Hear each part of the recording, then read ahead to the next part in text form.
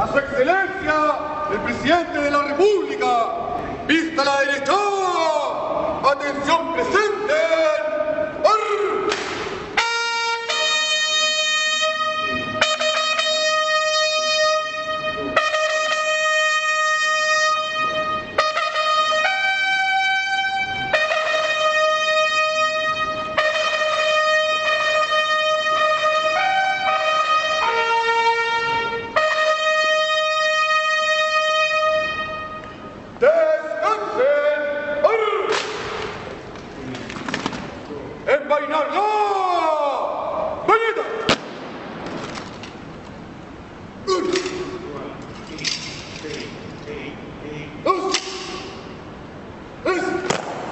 ¡Al hombro! ¡Buenos días, señor presidente!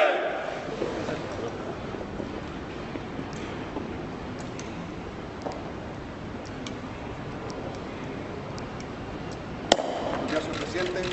¡Al aire, su excelencia! Ahí sí. Muy... ¿Aló? ¿Se escucha? Bueno, por gentileza de President, producto de queso Camembert para momentos difíciles, y presidente Comte Le Montarlier, vamos a comenzar el gobierno de Parece Mentira. Son productos de la vaquita, y en una de esas comienzan a pagar. Auspiciando, sí. Vamos a ir mostrando productos de distintas marcas hasta que alguien lo vea. ¿Ah? Si usted conoce a alguien de Presidente, de la vaquita, avísele que está saliendo. Son muy buenos quesos por lo demás. Yo creo que como estamos en un gobierno donde estamos siempre buscando dónde está el queso. Ahí está el queso. Tenemos también a nuestro jefe de prensa, que hace algún tiempo no había aparecido. ¿Cómo ha estado todo? Buenas noches. Que informe un poco cómo es el Sí. jefe de prensa. Muy buenas noches. Primero, me excuso ante el país por las últimas faltas. Estaba preparando mi matrimonio, pero resulta que mi mujer, antes de que lo fuera, bueno, ya no es mi mujer. Tuvimos algunos problemas, pero yo creo que no es necesario traer los problemas de la casa al trabajo, ya que nos ahorra productividad. En estos momentos, el presidente está próximo al Palacio.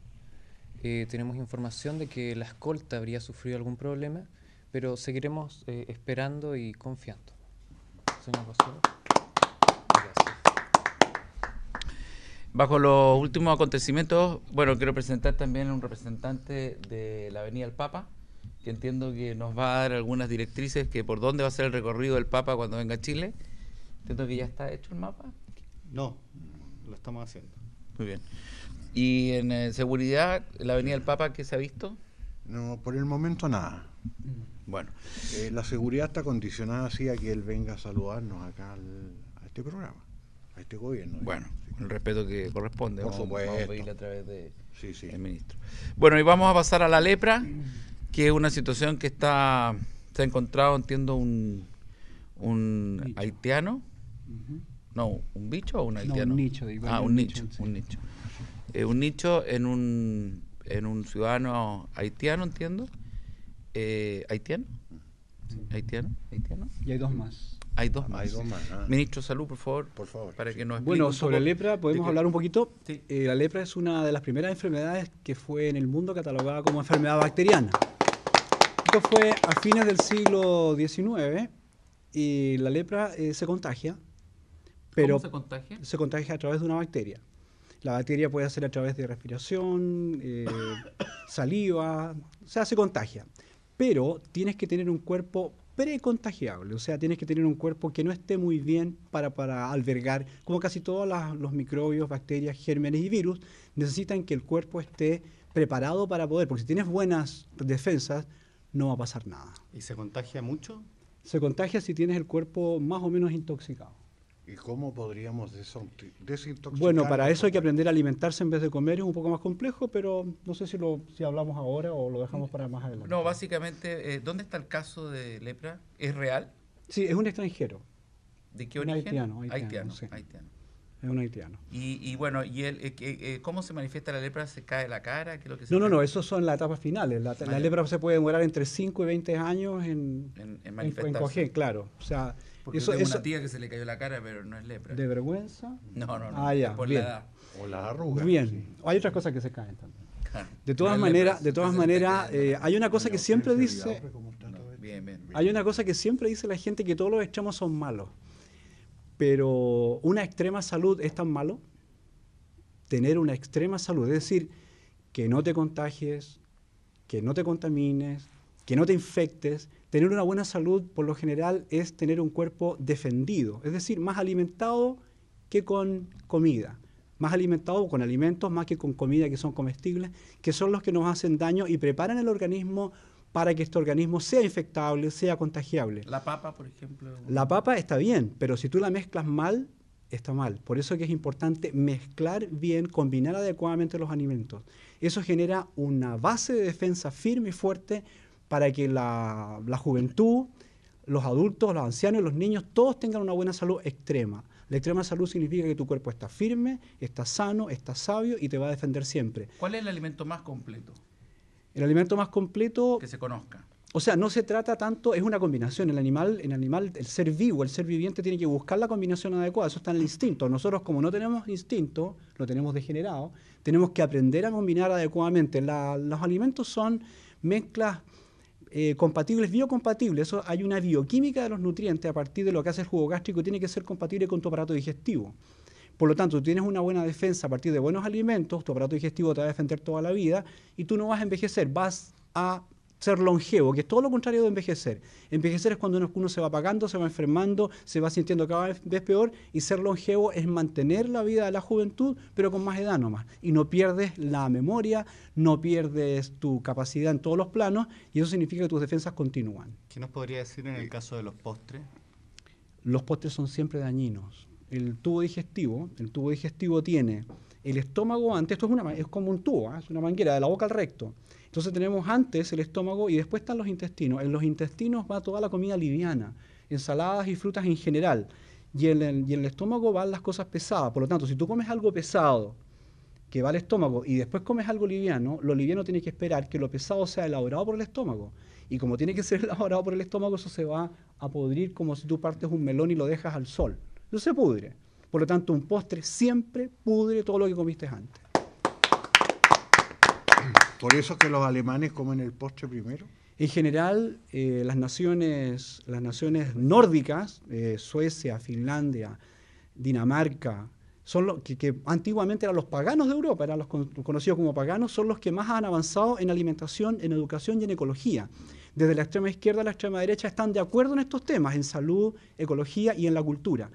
Uno se pregunta muchas veces cómo es posible que pueblos que estaban en los años 60 en guerra, como Vietnam, como Corea, que salieron de guerras con Estados Unidos, o los mismos países nórdicos, han llegado a niveles de desarrollo tan importantes que en el tiempo y en tan poco tiempo. Y es muy simple. Los gobiernos, todo lo que hicieron, tanto en Oriente como en el norte de Europa, fue invertir en educación.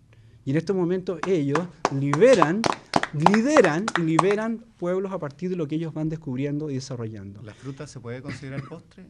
La fruta es el alimento natural del ser humano. Lo que pasa es que hay que saberla combinar bien. Tú mezclas mal la fruta, por ejemplo, un tutti frutti es peor que una hamburguesa, pero mucho peor. Tú mezclas kiwi con plátano y es peor que un pollo con papa frita. Estas cosas lo he dicho muchas veces.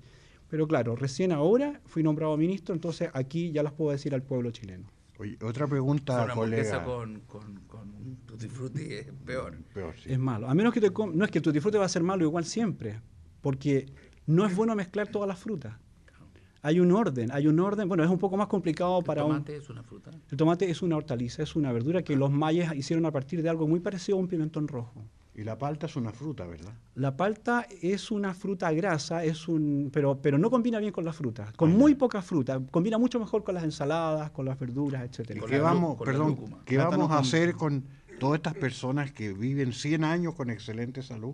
Porque bueno, se me viene a la memoria las el que- recuerdo de un tío muy querido que cuidó toda su vida la salud y llegó a los 97 años y cuando lo vi por última vez me dijo, creo que voy a morir de aburrido.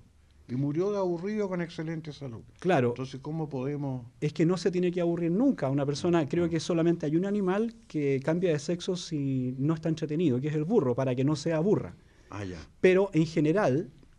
Hay que tener cuidado con los burros. Por eso, para que no se aburra tiene que estar Y entretenido. exportarlos a China. Pero en Sí. general, cuando uno aprende a vivir en salud, no se aburre nunca. Ese señor que se aburrió a los 95 años, claro, tenía una vida muy aburrida.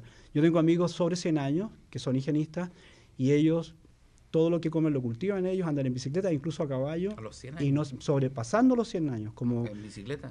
por ejemplo Isidro Nadal en Sabadell, que fue entrevistado por la revista Interview, pasó los 111 años. En todo caso, La idea es- más que discutir la Sí. alimentación y la salud, hay que practicarla.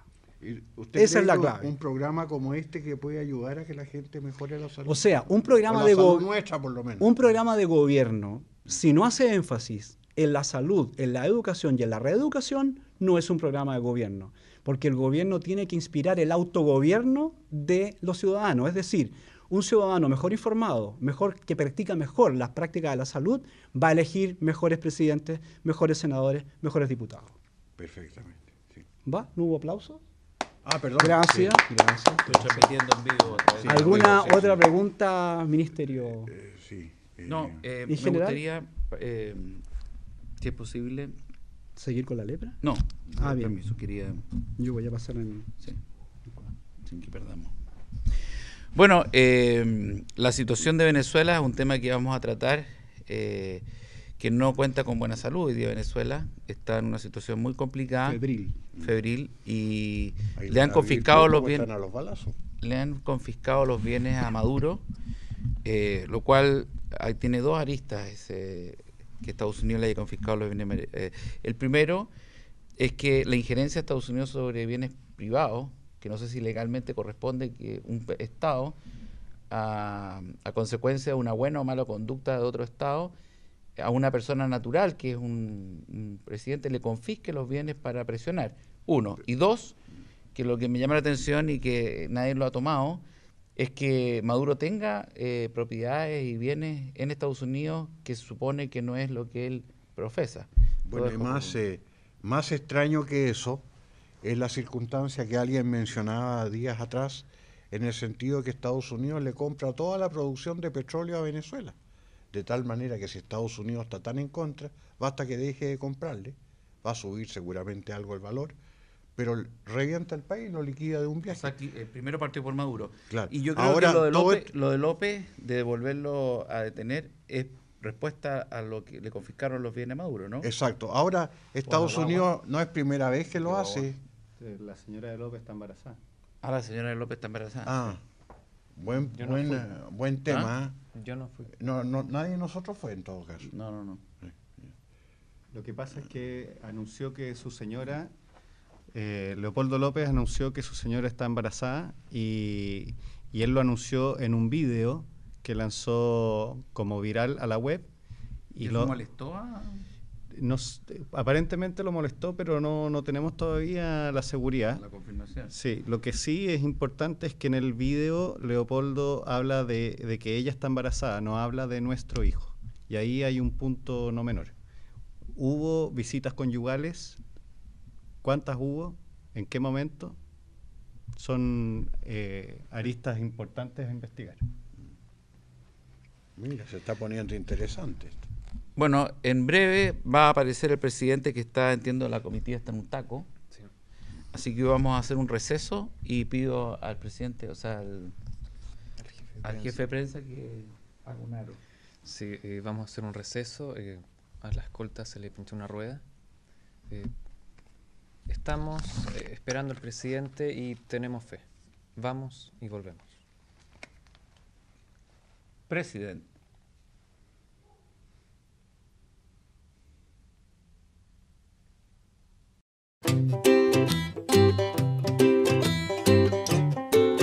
Estamos presentando Parece Mentira, de Canal HB. Hortensia Vitaurre.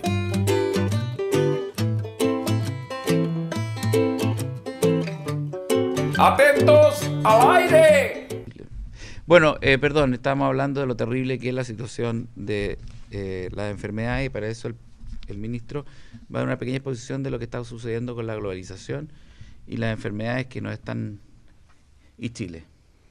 O sea, Chile era un país bastante protegido, teníamos el desierto, la cordillera, el mar y el polo, y estaba todo como protegido de todo. Acá en Chile, una de las arañas más grandes, la tarántula chilena, que sería la araña pollito, es prácticamente un juguete, es un peluche de araña. ¿No hace nada? No hace absolutamente nada. Y la araña de rincón. La araña de rincón tiene uno de los venenos más potentes y poderosos de todas las arañas del mundo. Sin embargo, tú tienes que estar muy intoxicado para que el daño de la araña te haga daño. Y se encuentra en el 90% de las casas de Chile. Sí, había que empezar a hacer casas redondas. Sí. Bueno, en esta casa está lleno de araña rincón. Bueno, sigamos. Pero espérate, si te pica una araña rincón, pero tú no estás tan intoxicado... Te va a doler un par de días. A mí, de hecho, yo muchas veces duermo en el suelo y me ha picado unas 3 veces en mi vida araña de rincón, y el dolor es un par de días y no pasa nada más. No se te produce esa mancha. No, negra. eso lo que pasa es que si el tejido de tu cuerpo, si los tejidos están cargados de toxicidad, eso avanza. Pero si se encuentra con una buena defensa, te va a doler un par de días nomás. Yo, de hecho, en general los higienistas no usamos, por ejemplo, si yo me rasgo con algún óxido, no uso antitetánica. Y si me muerde un perro, tampoco uso antirrábica. Bueno, vamos a probar ahora con... Bueno, listo. Suelten Al sultán. No, suelten Al Fido, al Fido. Sí. Bueno, en general... Suelten a los guarenes. La inmigración, en general la inmigración, no es que estemos hablando contra la inmigración, estamos hablando de No, que pero pueden traer indudablemente algún tipo de patología que encuentre un caldo de cultivo acá en el país para poderse transmitir. Las enfermedades son transmisibles, sobre todo si uno come, que es todo lo contrario cuando uno se alimenta. Cuando uno se alimenta, uno tiene buenas defensas. Cuando uno come, las defensas son por lo general bajas, eres más contagiable, eres más infectable. Cuando uno come. Cuando uno come, ¿qué es la diferencia de alimentarse? Ah. Alimentarse es cuando tú te alimentas de alimentos compatibles, adecuados a lo que se llama lo saludable, que yo prefiero hablar de alimentación sana que lo saludable. Porque lo saludable en el fondo te sirve solamente para saludar. Aquello de agregarle a tu comida cualquiera que sea 5 frutas en el curso del día no es bueno. Es mejor no agregarlas si las vas a mezclar mal. Comerlas de postre, como ya vimos en el momento anterior. Claro, el postre no es bueno. El único postre que uno puede comer, porque es antiácido precisamente, es la manzana.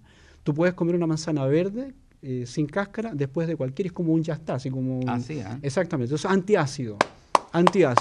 Eso le puede servir a todo el mundo. Pero en general, la salud no es lo más importante, ni en los gobiernos, ni en las situaciones culturales, pero sin ella todo lo demás muere. O sea, sin salud, el amor no sirve de nada. Sin salud, la vida no es nada. Sin salud, aunque tengas dinero, no es nada. Por lo tanto, este gobierno va a tratar de que la gente, por lo menos, porque la peor enfermedad es la ignorancia, que la gente sepa de qué se trata la creación, el cultivo y el desarrollo de la salud a partir de cosas muy personales. Esto tiene que ver con la voluntad de cada uno, con la voluntad de poder aprender, ejercer, y luego el cuerpo acredita. Que el cuerpo te acredita que estás haciendo las cosas bien ahí dentro de ti es mucho más importante que lo diga un examen, que lo diga un ministerio, que lo diga la Organización Mundial de la Salud, que así como vamos parece que tendría que ser la Organización Mundial de la Enfermedad. Una pregunta, ¿y qué injerencia tiene en la transmisión de los virus los aviones? Porque vemos que hacen trayectos muy largos. ¿Cómo los aviones? Los aviones en el aire... Hacen trayectos con virus. Claro, y luego no hay casi tiempo de revisarlo, de hacer un aseo adecuado, sí, de ventilar y salir de nuevo. aunque últimamente los aviones antes de aterrizar están pasando un asesino de virus y de cosas. En general, hablando de esto, a mí me hace memoria los artefactos que refrigeran, no más que los que refrigeran, los que calientan en el invierno, el aire acondicionado. El aire acondicionado es un motor que está manteniendo un calor, más el frío, se forma una humedad dentro del aparato. Y eso hace que ahí hayan muchos bichos y microbios y bacterias. Una buena noticia. Entonces, el aire acondicionado, cuidado con el aire acondicionado. Tú vas, por ejemplo, en el verano al cine. A Miami, por ejemplo. No, estamos hablando dentro del país. Tú vas a un cine, Sí. y la temperatura es refrigerador, y estamos Sí, en el verano. sí. Y en invierno tú vas a un mall y todo es caluroso. Bueno, eso produce en el cuerpo una baja de defensa en general, y además estos bichos que se reproducen precisamente en las maquinarias. Así que cuidado, antes no había aire acondicionado y por lo tanto no había tanta producción de todos estos microbios y Es más fácil que bacterias. un ser humano se sobreviva, pero a baja temperatura y no necesite estar cambiando temperatura. O sea, tú en baja temperatura tú puedes mantener el calor con movimiento. Claro. Mientras que en alta temperatura tú no tienes ninguna defensa. A una persona de 90 años le va a costar O más. sea, a una persona en desarrollo, a un niño, por ejemplo, hasta los 10 años, cuidado con el calor, y ahora vienen temperaturas Sí. 40, Lo 50. tienden a abrigar mucho. 40, 50. Muchas veces los adultos están abrigados y los niños están corriendo y los abrigas igual. Eso es bajarle la defensa. Mientras el niño se mueva, no necesita abrigo. Bueno, los yaganes entiendo que... Bajo cero desnudos. Sí, los yaganes. yaganes exactamente. Y los vistieron y empezaron a morir. Exactamente, porque el cuerpo, todo el cuerpo... La humedad de la ropa. Sí, pero además todo el cuerpo todos los poros son otro riñón, otro pulmón. De hecho, si tú te pintas todo el cuerpo, tú mueres asfixiado. Por eso que a los que se pintan los cuerpos, le dejas una parte aquí atrás al final de la columna para que respire, porque si tú lo pintas entero, uno muere asfixiado aunque esté respirando. ¿Siempre el mismo sector? Siempre es el mismo sector porque el cuerpo es un riñón, el cuerpo es un pulmón y el cuerpo también es una red de sensaciones. Por eso que la gente en general, como hablábamos la otra vez, la gente en general tiene más relaciones sexuales que hacer el amor. Hacer el amor es desplegar bueno, es una red. Es una red. Una red. Bueno, vamos a ir a una nueva pausa y recuerde que Petit Camembert, President. Ya estamos con el President y Comte, President, de la vaquita.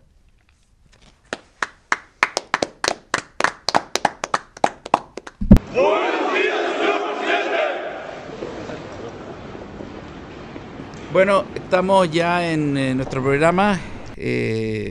Parece mentira, como habíamos anunciado, el presidente estaba con la escolta, estaba en un taco. Así es. Y entiendo que la escolta no era Anders, sino que la gente y los pilló en un taco. Pasa también a la presidencia, hay que arreglar ese tema. Así es. Porque Hay que cambiar Santiago, hay que vaciar las calles del centro. Gorbea no es malo. Sí. Instalarlo como... Bueno, siempre con President usted puede amenizar la vida con estos quesos salvajes de President, que potencial auspiciador, President. Si no es potencial, ya está aquí. Bueno, nuestro ministro de Salud acaba también de avisarnos al ministro de Seguridad que tuvo que partir porque lo están asaltando en su casa, entonces fue a ver qué es lo que está pasando, y el jefe de prensa que siempre nos acompaña. Bueno, quiero pedir al presidente que plantee el tema que él quiera, porque él es el que plantea, y tenemos también a la ministra de Interior, nada menos. Así que el presidente... Muy bien. Muy buenas tardes.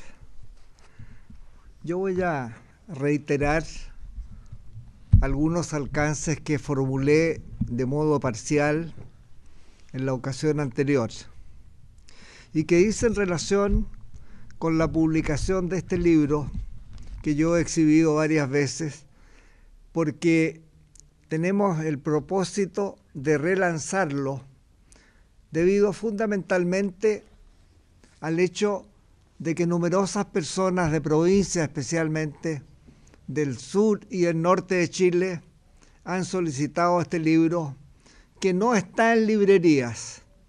Este libro no está en librerías y para eso hay que recurrir al email personal.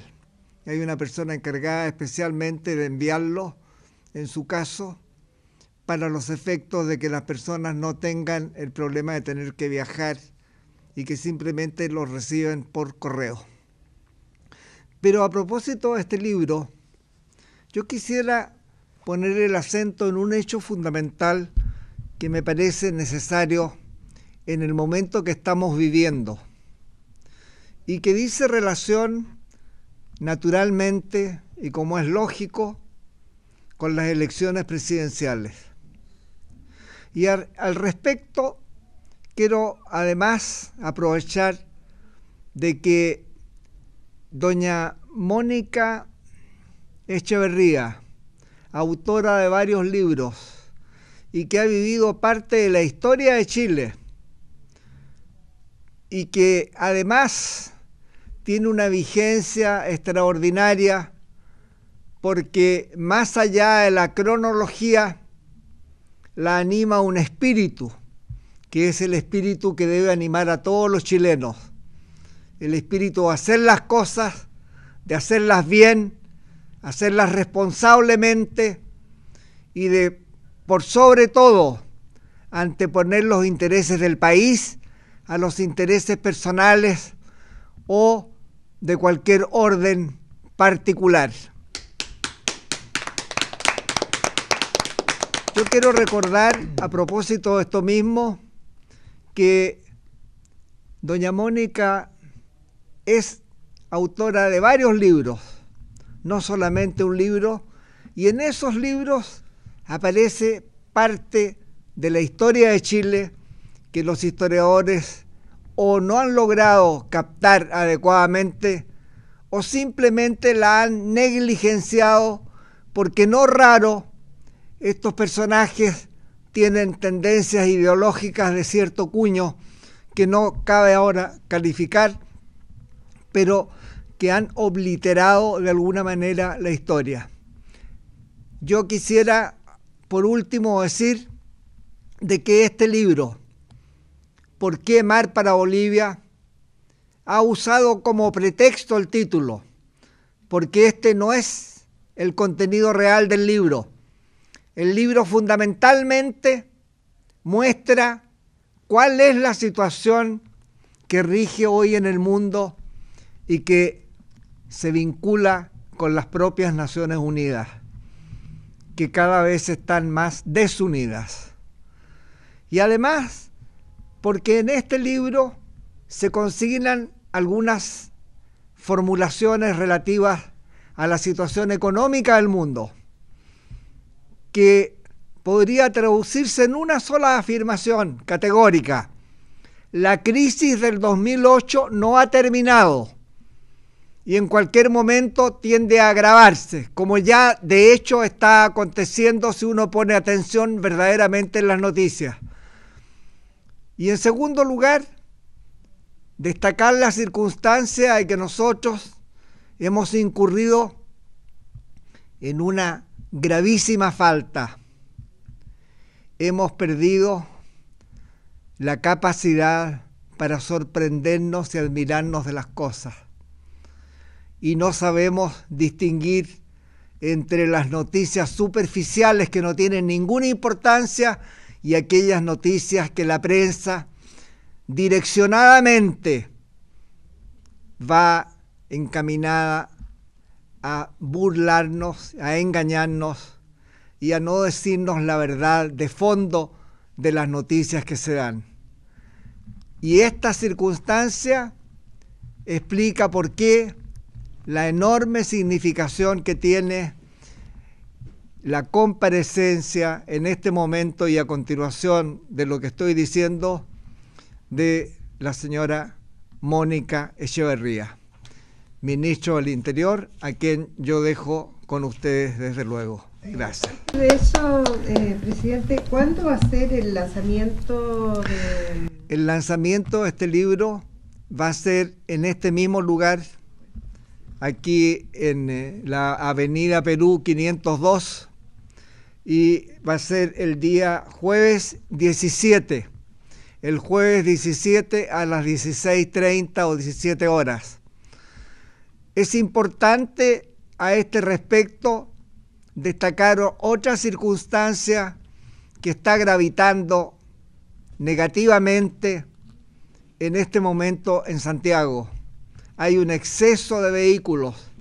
Hasta el gato de mi casa tiene auto y creo que no tiene permiso para manejar. A ese extremo que ya hace unos 50 años había previsto el autor de un libro que se tituló en esa época Infierno Gris.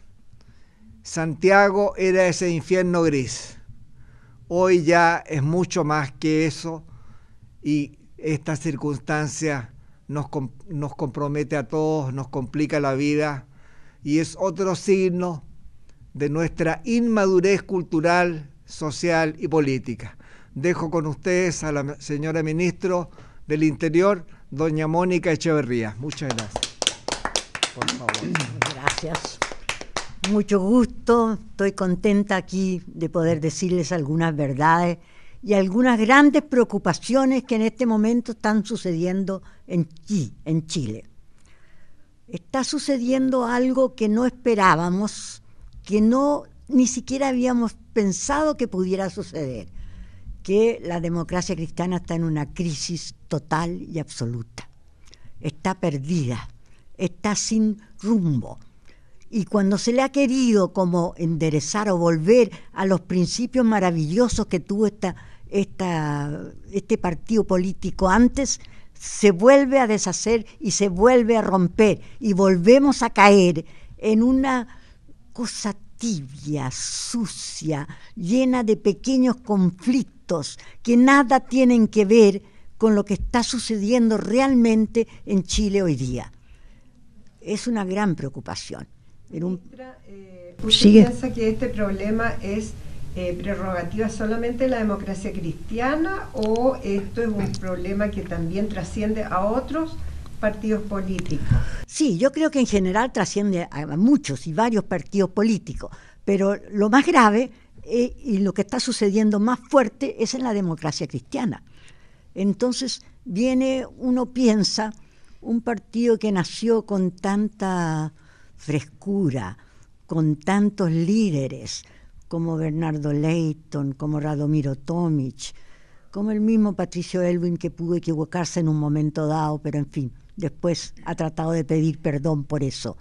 Pero que esté en este momento en una crisis tan grave, me parece que es de meditar y es de hacer esfuerzos para que ojalá no suceda este quiebre, este fin de un partido que tuvo tantos aciertos, nos dio buenos presidentes, también nos dio buenos diputados y senadores, tanta gente valiosa y que hoy día esté en esta crisis tan grave y tan profunda.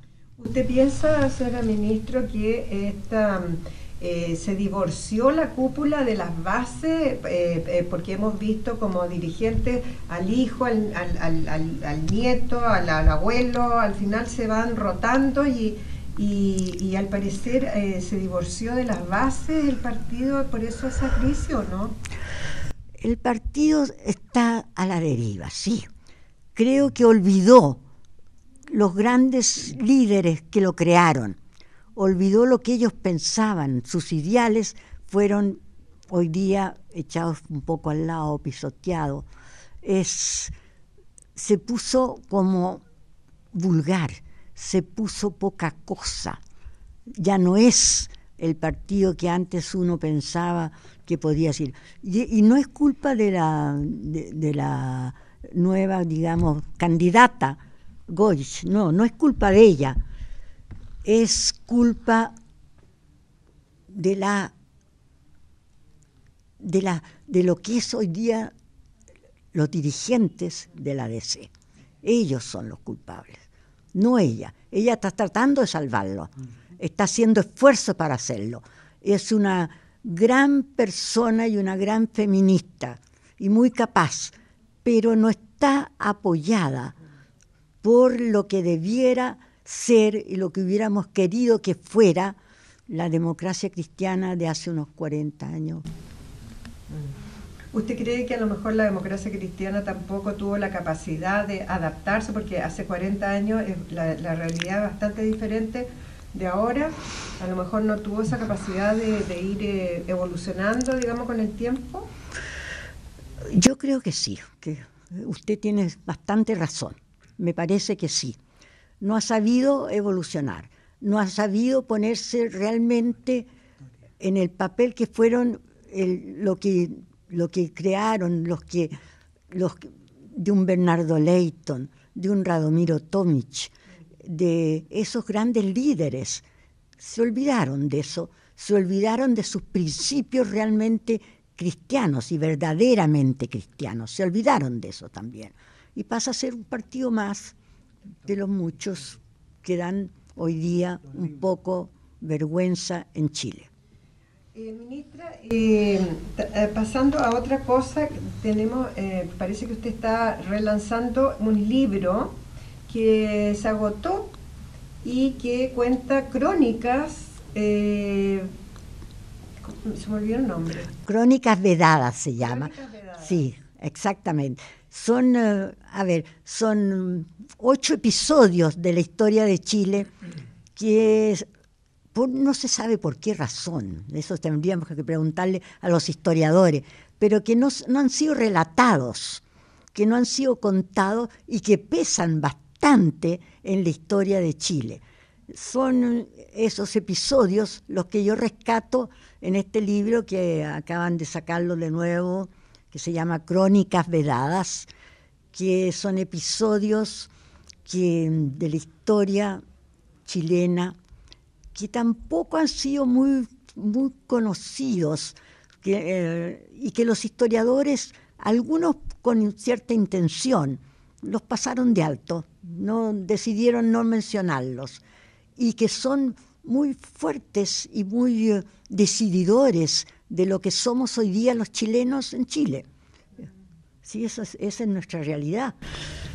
Y por último, ministra, tengo entendido que usted está liderando un acto que se va a hacer próximamente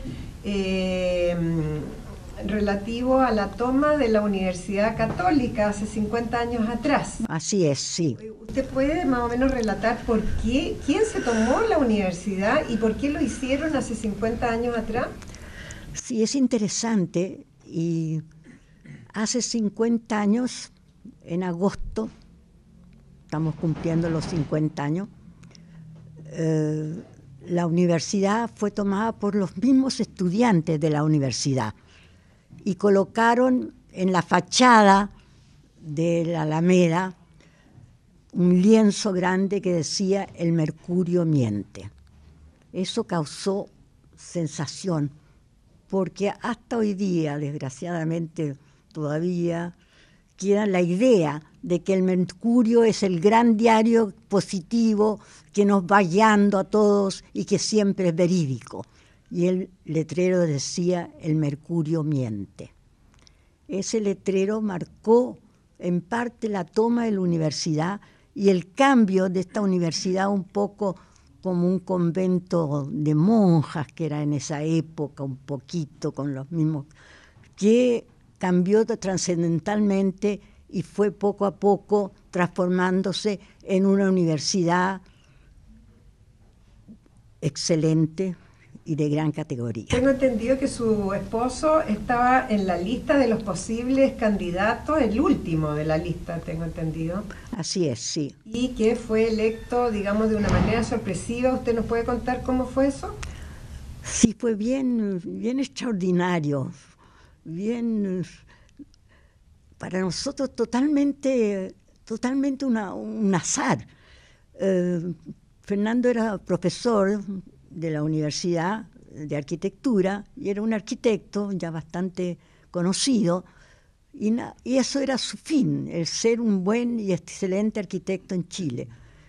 Resulta entonces que de repente llegaron a mi casa, de eso vamos a cumplir ahora 50 años en agosto, llegaron una cantidad de muchachos liderados por Miguel Ángel Solar, que se habían tomado la Universidad Católica y pedían un cambio, pedían que se fuera el rector que en ese momento tenían puesto y se eligieran y se viera la posibilidad de que la universidad cambiara totalmente de ser una especie de convento, un poquito, y se abriera hacia el mundo y hacia Chile y se entregara otra clase de educación y de preparación para los futuros líderes de la universidad.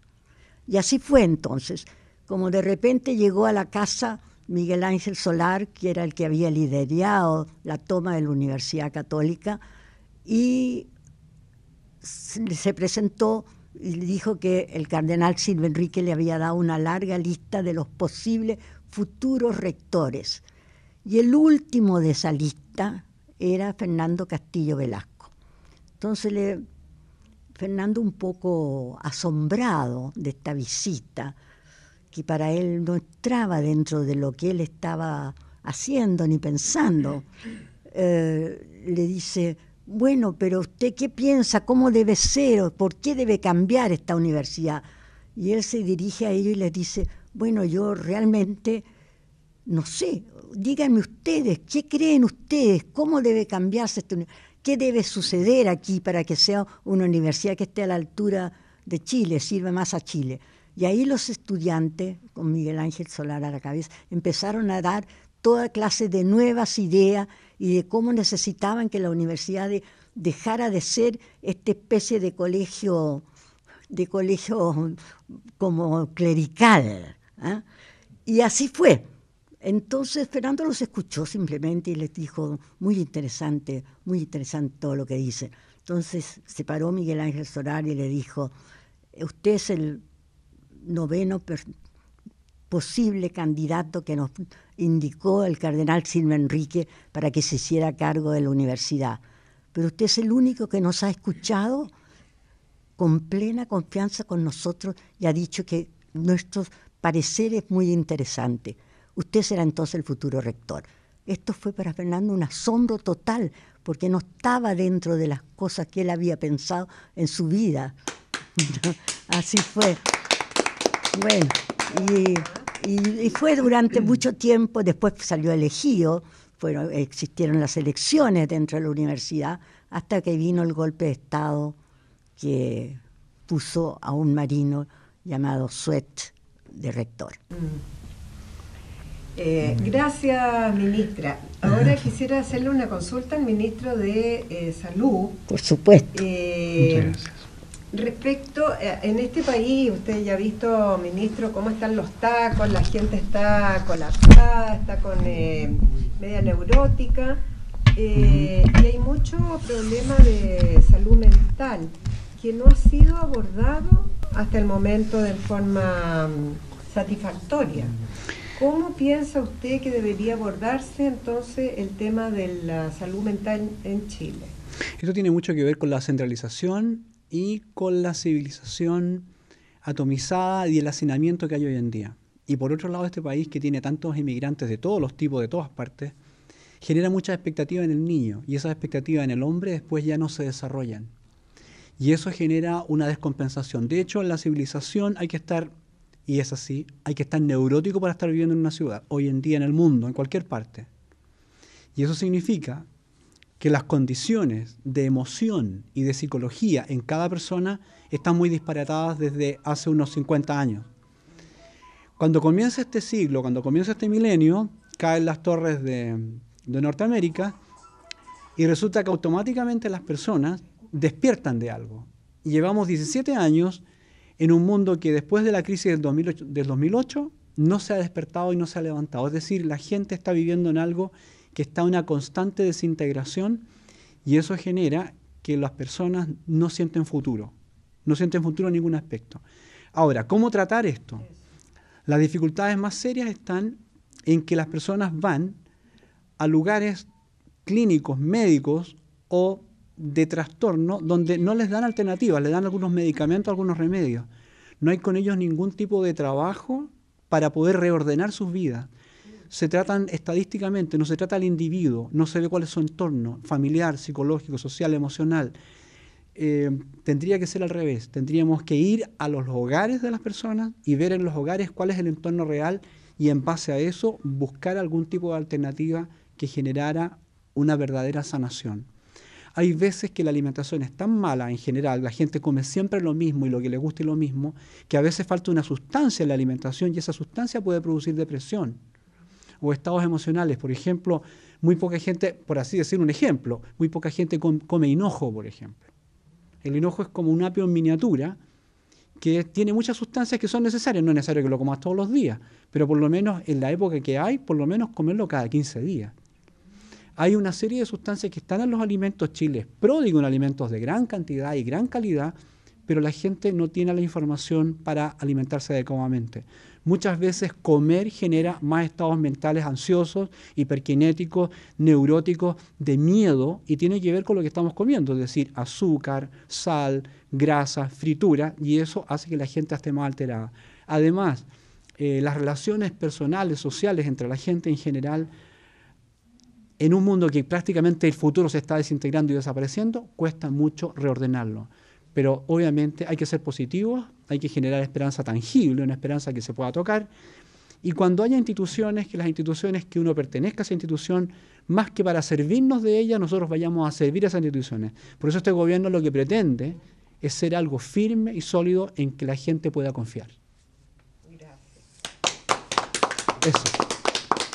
Gracias, ministro. Gracias.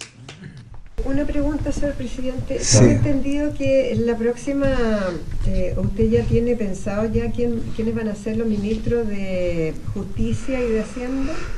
Sí, claro, pero yo quisiera, antes de responder derechamente con nombres específicos, quisiera referirme a lo que acaba de decir el ministro de Salud. A mí me parece que en Chile el análisis económico que suelen hacer los ministros que tienen tanta influencia dentro del gabinete histórico de Chile, han ignorado algo que es muy importante, que no se trata para solucionar los problemas económicos de subir apenas los sueldos o de comprarse el voto de alguna gente dándoles estas cantidades de dinero que suelen hacer los presidentes últimos de Chile, 40.000 pesos, 80.000 pesos, 100.000 pesos, estas especies de bonos que hay, que son formas indirectas de comprarse a la gente. Y la gente sigue creyendo estúpidamente, inocentemente, en que con esos dineros ellos están siendo beneficiados. Y es aquí donde yo quiero poner énfasis. Hay una manera infinitamente más eficiente de ahorrar dinero, no solo en lo que significan los gastos de alimentación, sino los gastos médicos, que suelen ser muy caros. Y mientras más especialistas son los médicos, más incompetentes son, porque esta es una realidad que nadie enfoca y sobre la que ninguna persona opina públicamente. Hay una especie como de tradición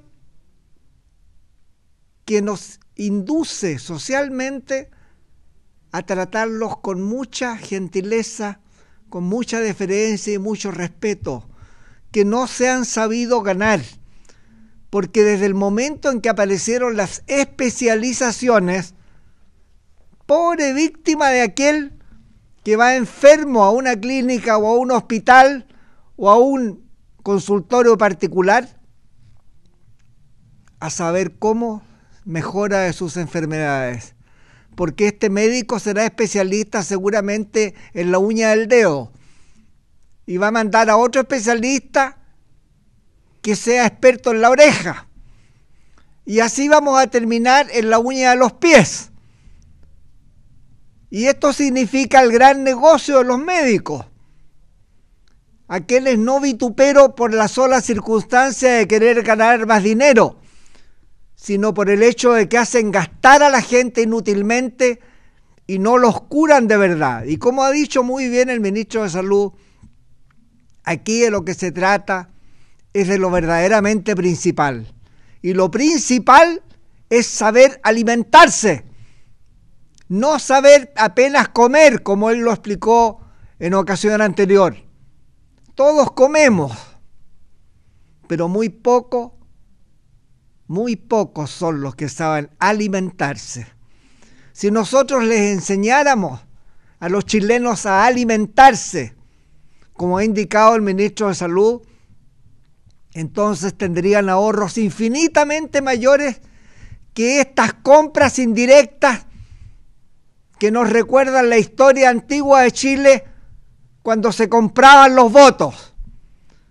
Porque esta nueva costumbre tan de moda de dar bonos y demás es una manera idéntica a la antigua, tan criticada por estos presuntos revolucionarios o avanzados sociales, pero que ahora han pervertido a través de la propia institucionalidad, porque cuando se dan bonos de estos dineros, y esto hasta los ministros de Hacienda lo tienen que saber, entonces se está gravando al resto de toda la población, y esta no es la manera verdadera de ganar más de beneficiarse económicamente. Y este es el error profundo que se está cometiendo en Chile cuando se piensa que un presunto o presunta presidente futura en Chile va a ser aquel que garantice ingresos mayores.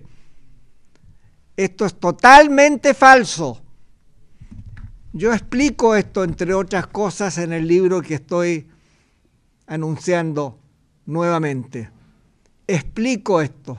Explico cómo el orden económico tiene no solo que ver con la economía propiamente tal, entre comillas, sino que el orden económico tiene que ver con el estilo de vida, tiene que ver con el lugar donde vivimos, con los gastos que efectuamos, con la forma como nos alimentamos, en la forma como vestimos. La ropa hoy día en Chile está carísima. Es un escándalo los precios de los trajes. Yo fui abogado de varios comerciantes vinculados a la materia y sé los escandalosos aumentos de precio que se producen en este ámbito. Un terno que ayer valía 30.000 pesos, 25.000 pesos, de repente vale 140.000 pesos, 150.000. Aprender a ahorrar, enseñar a la gente a que ahorre inteligentemente, no es un tema que está vinculado necesariamente a un ministro o a un presidente que entiende de la parte económica, porque estos son mucho más especializados en comprarse el voto a la gente que inocentemente e irresponsablemente piensa que así va a ganar, en circunstancias que así va a perder. Lo que hay que enseñarle a la gente es a vivir dignamente, decentemente y alimentarse igual. Y quiero concluir con algo que ha dicho de una manera sorprendente para muchos la ministra del Interior, doña Mónica Echeverría. Algo que es muy importante. Y yo les pido que pongamos en esto la mayor atención. Primero dijo que hay muchas partes de la historia que son ignoradas. Es cierto, hay muchas partes de la historia de Chile que son ignoradas. Hace poco tiempo atrás apareció un librito que yo me permití recomendar. Crónica de la economía secreta chilena, de Carlos Trombel, que es un periodista que se informó acerca de lo que pasa en Chile en la economía secreta, porque es la economía secreta, de la cual nadie tiene idea, y nadie quiere tener idea, y qué bueno leer. Crónica de la economía secreta de Chile, se llama. No voy a mencionar siquiera al personaje que centraliza esta obra, pero es un personaje que hoy también postula a ser presidente. Tiene el cinismo, a mi juicio, el cinismo, esa es la palabra, de postular nuevamente. Y por eso concluyo diciendo, nosotros creemos que así como aconteció con el ex marido, que en paz descanse, don Fernando Castillo Velasco, que era el último en la cola, el último de los candidatos, y sin embargo fue él el elegido, y no se equivocaron, así también está pasando y va a pasar en esta elección presidencial, en que ninguno de los que está ahí, realmente, a mi juicio, muy humilde tal vez, pero muy fundado, ninguno merece ser presidente de Chile. Y apareció o está por aparecer alguien de última hora, de afuera, un outsider, como lo dijo muy bien Le Monde Diplomatique en un titular muy grande. Va a ser un outsider, va a ser alguien desconocido y seguramente va a tener la misma suerte y la misma trayectoria que tuvo Fernando Castillo Velasco, que levantó esa universidad. Termino pues diciendo, nosotros en Chile tenemos hoy una obligación primerísima y fundamental, preocuparnos de quiénes son los candidatos, de ver sus currículum, qué obra han hecho. Primero, qué piensan, si es que piensan, porque algunos parece que no piensan, se dedican a pelear y a desprestigiar a los demás. Y en segundo lugar, qué obra han hecho, real, no promesas, porque la política chilena está llena de promesas no cumplidas. La política se ha transformado en un engaño permanente Y esto en el plano del derecho penal se llama estafa. La estafa fundamentalmente consiste en un engaño con dolo.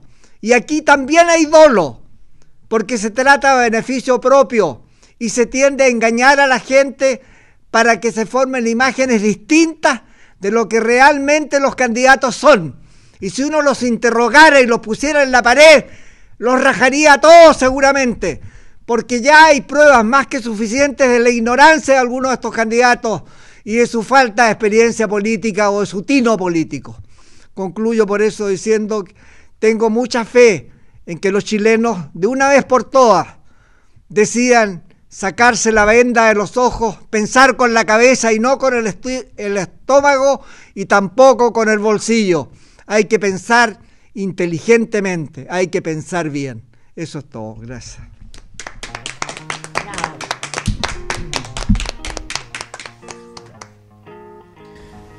Finalizamos la conferencia de prensa de hoy. Agradecemos a los periodistas y también nos excusamos correspondientemente por el atraso del presidente.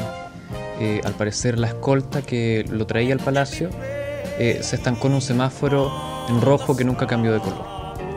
Muy buenas noches. Gracias a todos.